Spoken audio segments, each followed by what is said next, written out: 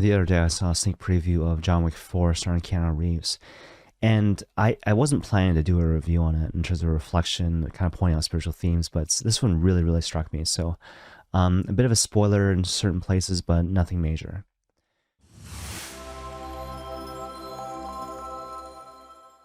When it comes to John Wick, basically it's the same plot over and over again, but it's interesting, the movies get better and better. So, certainly this was my favorite movie of the entire series.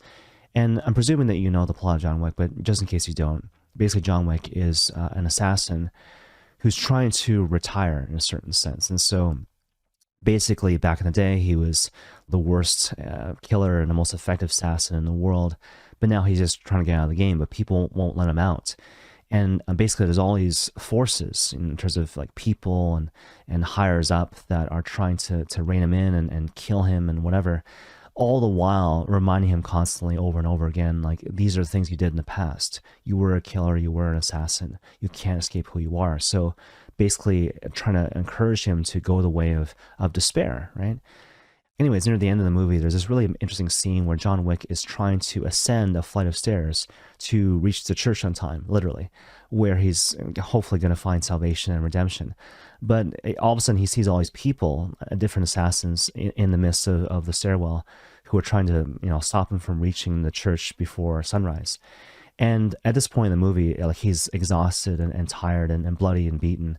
But still, like, you got to fight the good fight. And so he moves up the stairs, but it seems like it's always like one step forward, two steps back.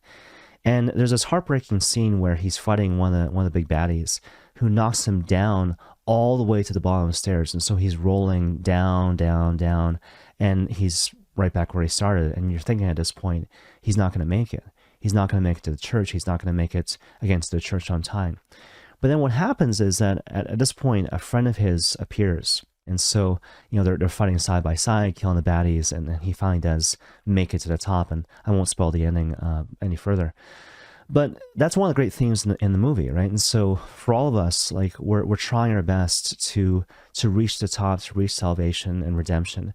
And all the time we're facing accusations from the devil, right? So the devil is the great accuser. The Lord convicts in the sense of, do this, do that in your moral life to kind of better receive God's salvific grace. But the devil is always like, you're terrible. You're this. Here are your sins. You chose this with intention and purpose, and you can never recover from that. Whereas the Lord always offers us a new chance, a way out, a path to salvation and redemption.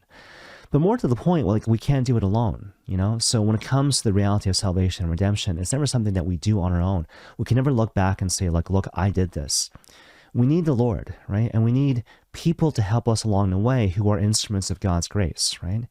And this is what you see in the movie, right? And so even early on, there's a scene where, John Wick goes to this hotel, which is owned by a friend of his, and the friend has this daughter who says to her father, like, look, you can't help this guy, because, whoever he touches, like, death ensues.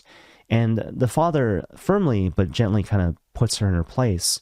And when John Wick tries to raise the same point, like, basically what he says to him is like, friends are not simply for convenience, right? And so when I saw that scene for myself personally, I found that really moving and touching and relevant, right? In terms of friendship, we often think of it in terms of being nice and polite and kind and whatnot, but people are falling off a cliff. And to quote Ralph Martin, right, there's the world, the flesh, and the devil. And these things are conspiring mightily to pull people away from the light into the darkness. And so we need to do what we can to help each other to reach heaven. We can't do it without the Lord, right? So frequent the sacraments, frequent the Eucharist, go to confession, be reconciled, seek help, realize who God has put in your life to help you become the person that he's calling you to be. Whether we're talking about parents, teachers, priests, brothers and sisters in the Lord, all these people are meant to help you achieve the very thing which you cannot achieve by yourself. It's a very tangible way of living out of this reality that salvation is never meant to come to us in isolation, but instead it is always meant to come to us in and through the community of faith. And may God bless you all.